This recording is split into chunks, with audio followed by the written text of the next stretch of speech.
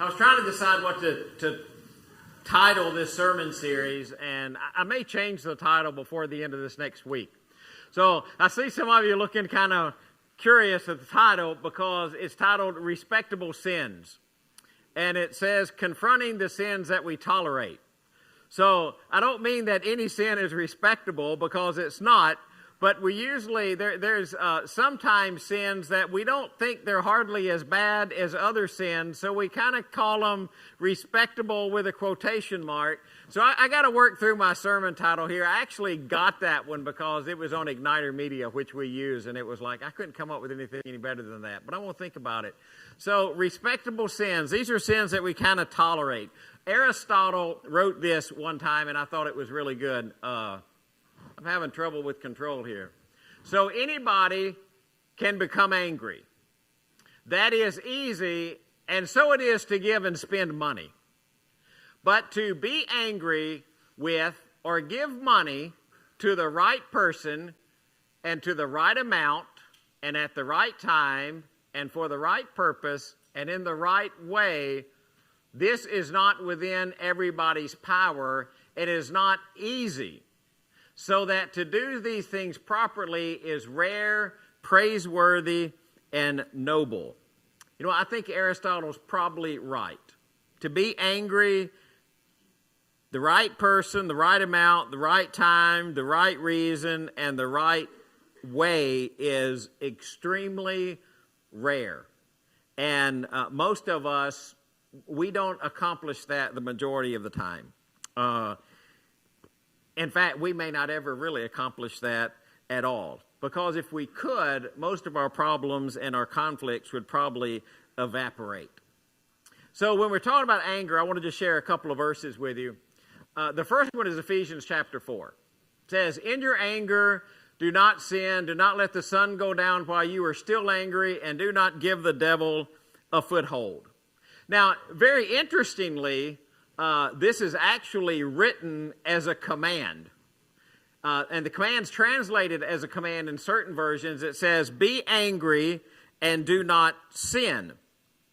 But it's that the way that imperative functions is kind of a concession type of imperative. Well, if you got to be angry, then don't let the sun go down while you're angry. Don't give the devil a foothold. Or you're bound to get angry, but if you do, don't let the sun go down while you're still angry, and don't give the devil a foothold.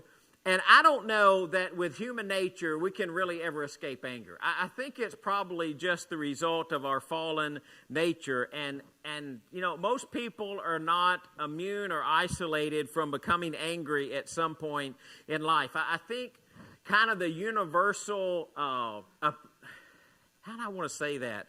It's kind of like the universal nature is one of the reasons that we kind of let it fall into that kind of tolerated sin type of category. We just really can't seem to get rid of it. Now, let's talk about don't let the sun go down. So we rephrase that in English a lot of times. We say, well, don't you go to bed mad. Because that's how we understand that. But it's a lot deeper than that. Its meaning is a lot deeper than just, well, just don't go to bed mad. It's a quotation from an Old Testament verse. And in the Old Testament, in the way that they counted days, when did the new day start? Rhetorical question. Y'all can get this answer. When does a new day start? Huh? At night. New day starts when the sun goes down. So in our world, when does a new day start? It starts at midnight, right? But their day started when the sun goes down. So the idea here is not just don't go to bed mad. The idea is deeper. It's the sunset marks the end of one day and the beginning of another day. So a Christian shouldn't continue to be angry. Instead of nourishing anger, what we should do with anger is we try to make some kind of way that we can reconcile that. So Paul's idea of writing this is not just don't go to bed mad. He's not like laying down some rule for you. He's saying let's try not to nourish that. Instead of nourishing anger, let's try to work toward reconciliation. And here's another way that we kind of misuse this verse. And I don't know if you've ever heard this kind of logic. I don't think I have a slide for that. I don't know if you've ever heard this kind of logic, so I just wrote it down for you because I've heard it. Well, the Bible said just not to sin when I'm angry. It didn't really say not to get angry. I can be angry as long as I don't sin. I mean, even Jesus got angry. Have you ever heard that logic? Oh, yeah, y'all nodding like this. You've heard that logic. Well, it's not that the logic is totally bad. It's just the point is it misses Paul's emphasis. There's a great danger, and when we try to justify it, that also creates the danger. And we have to really be careful of how much you compare yourself to God when you're saying, well, God got mad, so it's okay for me to get mad. We try not to have misplaced anger, but what do we title it? And y'all can see it on the screen, right? What do you title it when you get mad, but you're mad for the right reason? Boy, that's righteous indignation. I'm not mad. I just got righteous indignation. Well, I use that a lot. It's just righteous indignation. I'm not really mad. Well, I am really mad. Then we think about righteous indignation, and you say, well, that's the word that we use when we say, well, it's okay to be mad. It's okay to be mad because sometimes God was mad, and if God was angry, it's okay for me to be angry. I got that righteous indignation stuff going on. Have you ever sat down and thought about things that really made God angry in Scripture? Here's one of the very front ones. Mistreating the helpless. Boy, if you mistreat the helpless, I am going to tell you that makes God angry. That's why there are verses about mistreating orphans and mistreating widows. It made God angry in the text when people opposed him, or they didn't appreciate him, or they didn't respect what he had done.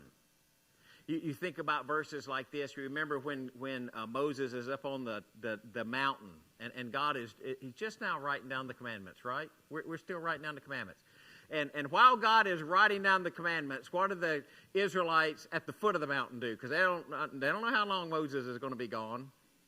Well, they create a golden calf, don't they? That makes God angry. Complaints. Well, we don't want to put that one on the list, do we? Anybody just want to take that one off when people complain against God and it makes them angry, just like to scratch that one off the list? Because I'm sure nobody out there has ever complained against God, right? Does that make God angry? Remember when they said, well, you just brought us out here, you're not going to feed us. You know, we had stuff to eat in Egypt. Or how about when they turned against his leaders, when they turned against Moses and Aaron? And when they rejected God's leaders, it made God angry. Or all the way through the Old Testament, when they would reject his commands and reject what he had done and reject the love that he had shown them. Those kind of things, I mean, the Scripture is very clear. It makes God angry. But we have to be really careful of labeling what we do as righteous indignation. You remember things like when Achan took the devoted things that God had said, these are devoted things, you're supposed to destroy them, and Achan took them because they were valuable and he hid them.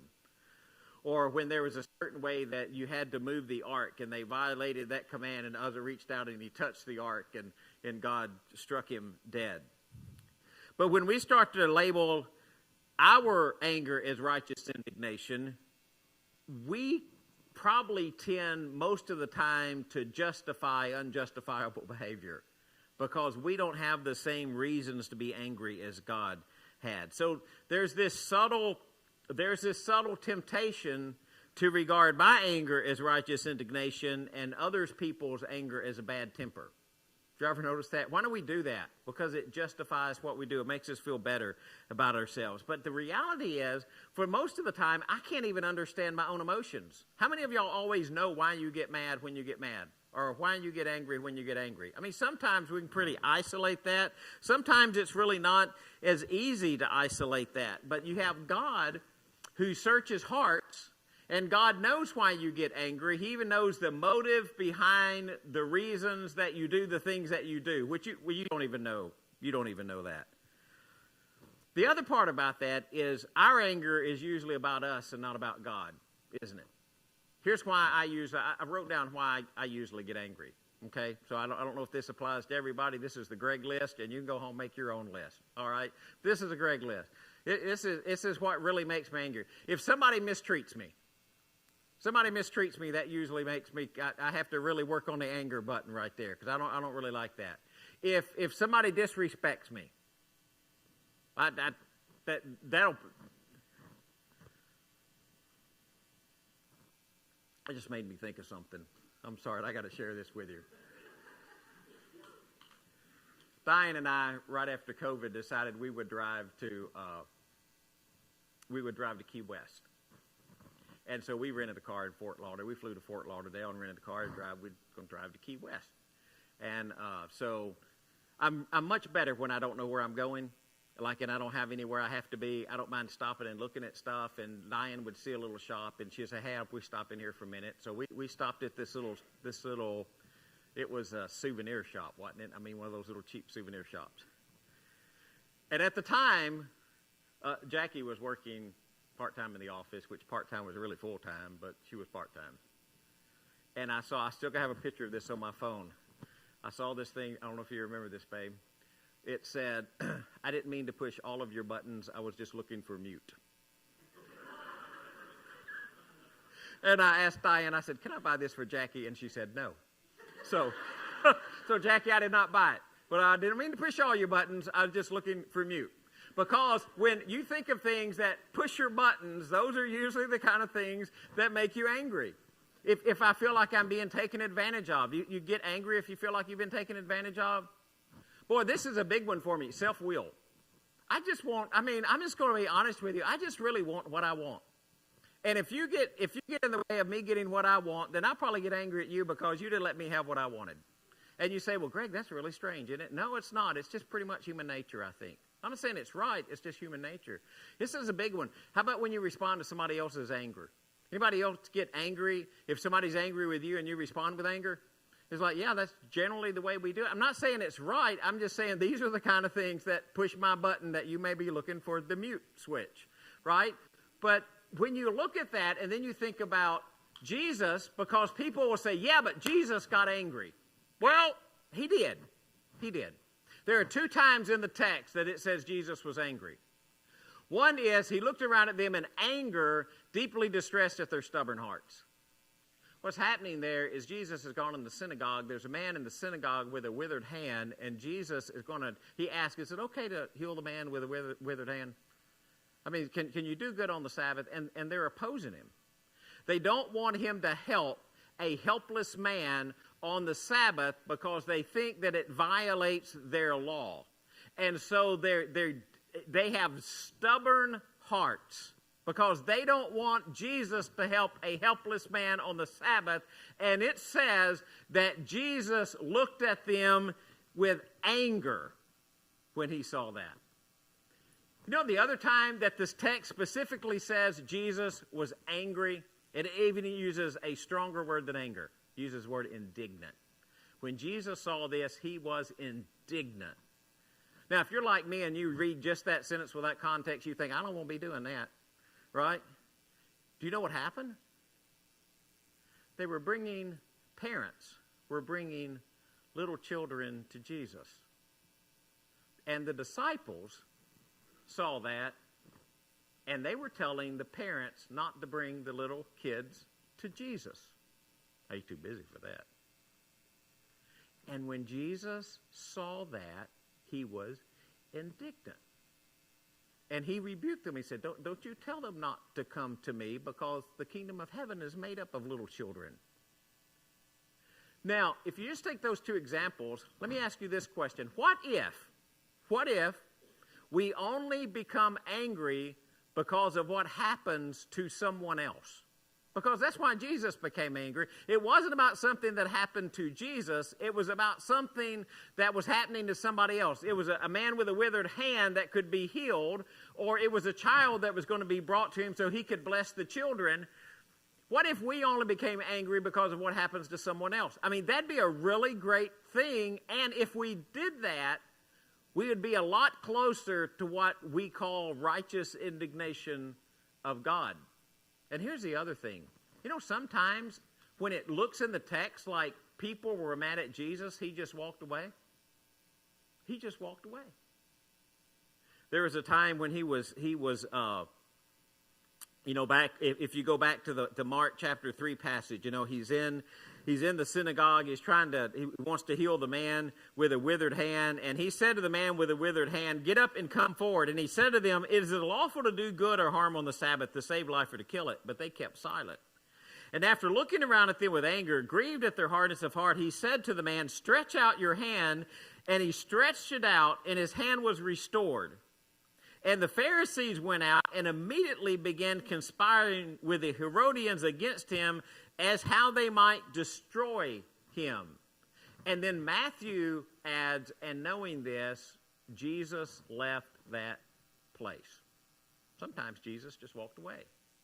Now, I don't know if you've ever been in an argument with sometimes, but sometimes if you just turn around and walk away, you'll kind of get somebody more angry than you were before you started to turn around and walk away.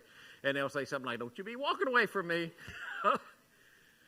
And I think, I don't want to call them two sets of rules, but I just want to take maybe two sets of situations would have been better.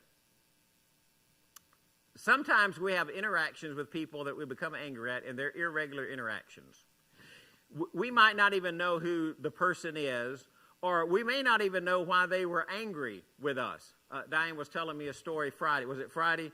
She was driving to work, and big 18-wheeler comes up and just right behind her and just lays on her horn, and she's like, "I've been watching the whole time. I mean, I didn't pull out in front of him. I didn't cut him off. Nothing. I don't know what he was mad about, or if he thought I was somebody else." Sometimes we have irregular interactions like that. I told you a story one time when I was driving into Nashville, and the lady threw a Coke bottle out of her car at my car. I don't know why she threw a Coke bottle at me. She just threw a bottle at me. And I'm sure she thought I did something that I have no idea what I did. But now I guess I could have run her down and asked her, "Hey, why were you mad at me?" But that didn't seem like a good thing to do either at the time. But it's kind of an irregular interaction, right? It's not somebody I'm going to interact with again. It's not somebody that I'm going to see, may not even know who the person is. So in that one, I just kind of have to smile and kind of get over it. Those are easier to walk away from. Sometimes it's those people we have regular interactions with, right? Like husbands and wives. So husband and wife's in an argument, and the husband just turns around and walks away. What's that going to look like? Probably not going to be too good, right? Nobody's nodding or anything, so maybe that's never happened to y'all. So you got that going on. But now wait a minute. But sometimes it can become so tense, and there's so much anger and resentment and such a fight that you need a break, right? Well, you can take a break, but you got to tell people you're taking a break. Look, I need a minute to calm down. Let me calm down, and I'll come back and we'll discuss this. Or, I might not calm down today, but I'll tell you what, tomorrow at 6 o'clock, we'll sit down and we'll discuss this, right? Because I got to have some time to calm down before we have a conversation about this, because you can reach a point that you're not accomplishing anything. So when I say Jesus walked away, don't you leave here and you get in a fight with your husband or wife tonight, and Greg said I could just walk away. I didn't say that, right? Sometimes you need to walk away, but you need to walk away with a plan of getting it and understanding what's going on. So then Paul writes something like this: "Get rid of all bitterness, rage, and anger, brawling and slander, along with every form of malice." Rage and anger. What's kind of the difference between those? One is from a word that means it just kind of boils up, and it just kind of happens, and then it kind of passes, right? And the other one is a word that means it kind of boils up, and then it rises into something, but then as it subsides, it leads into a much more deep-centered, deep-seated emotion to try to get back or to get even, to try to retaliate in some way. So in a lot of ways, these words are talking about the same type of emotion, but two different perspectives on it. One's a quick, rises quickly and then subsides. One is more deep-seated, and you have a hard time getting over it. You just drag it along with you no matter what happens and where you go. And he says, you have to get rid of those. Whether it's quick or whether it hangs on, you have to work through those. Because this is kind of our normal reactions. Again, this is the Greg list, so you can make your own list, right? Kind of outburst is one that most people really have. They get angry. There's some kind of outburst saying something. One is not really an outburst, but it's more like come up with this belittling, sarcastic kind of way of talking with things and dealing with things. The other one is more deep-seated and lasts a long time. It's just resentment, where you just have this resentment against somebody, and it might last for days or weeks or months or years or decades or even lifetimes when it happens. So here's a couple of questions. When you start getting in this tolerated sin of anger, and some questions we can kind of ask. One is, what am I angry about? Now, don't feel bad if you can't answer that. Sometimes we get angry and we don't know what we're angry about. We just know, well, I'm mad. What are you mad about? Well, I'm not really sure. I'm just mad, right? So what are you angry about? Or why are you angry? The third one, what's kind of a more honest and gracious way to deal with this?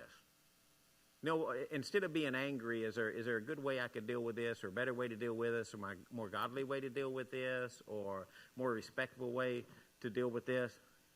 Sometimes, like Jesus walking away, what we need to do is just kind of pause and pray. Just take a deep breath. Sometimes a deep breath helps. Sometimes we're angry enough, deep breath doesn't help all that much, right? But we pause and pray. We try to stay calm. It's amazing how many times when people came to Jesus to try to trick him or ask him questions, and Jesus wasn't angry, but it's pretty safe to say that the people who were trying to trick Jesus were angry with Jesus because of what he was teaching. How many times he just stayed calm, and he just didn't let their anger get to them. He just was able to pause, to pray, to stay calm, stay focused on what he was doing, and just the ability to forgive. Sometimes the only way we can work past anger, because the person that we think offended us is never going to apologize for offending us, or we're never going to confront that. Sometimes the only way we can work through that is we just choose to forgive, and we choose to move on. The thing about anger is, even though I become angry too, right? Because this is not like me preaching to you. This is just like us talking. Is because nobody really causes me to be angry. That's an emotion that I have. Whether I'm angry or not angry, that's one that I work through. That's a choice that I can make. And then you think about Jesus on the cross and the tremendous love that he had for us. And God was angry, even at us, because of our sin. And so John writes, whoever believes in the Son has eternal life, but whoever rejects the Son will not see life, for God's wrath remains on him. We want to be inside or outside of God's anger. It's easier for us to say, well, God's not ever really angry. Yes, God's angry. Sin makes God angry. We kind of want to say, well, God doesn't really have wrath. Yeah, God has wrath. Question is, do you want to be in the wrath or out of the wrath? And Jesus removes the wrath. Or, as John wrote, since we have now been justified by his blood, how much more shall we be saved from God's wrath through him? So Jesus came and hung on the cross, and it's a propitiation. And a propitiation is a sacrifice that takes away wrath. And Jesus came and he was on the cross as our propitiation, so that God, instead of looking at us as the sinful creatures that we are, looks upon us with all the tender love and forgiveness that he has because of the death of Jesus. And now, instead of experiencing the wrath of God, we experience the blessing of God. Not because of what we've done, but because of what Jesus has done. To me, that's the greatest news. That's the greatest news. Because you can ask yourself, have you done things that would make God angry? Most likely. Most likely. Have you done things that deserve punishment? Most likely. In fact, I would even go beyond that and saying, yeah, you have. But God, through Jesus, in his mercy, removes the wrath. So maybe a good rule of thumb is that instead of treating people the way that we think they ought to be treated, maybe we work more on treating people the way that Jesus treats people, and that we love and forgive. Don't mean to me by title to say that any sin should really be tolerated. But sometimes we don't look as serious at some of those as we should, and sometimes anger ends up being one of those. If you need to respond in some way, I'm going to ask you to do that while we stand and sing.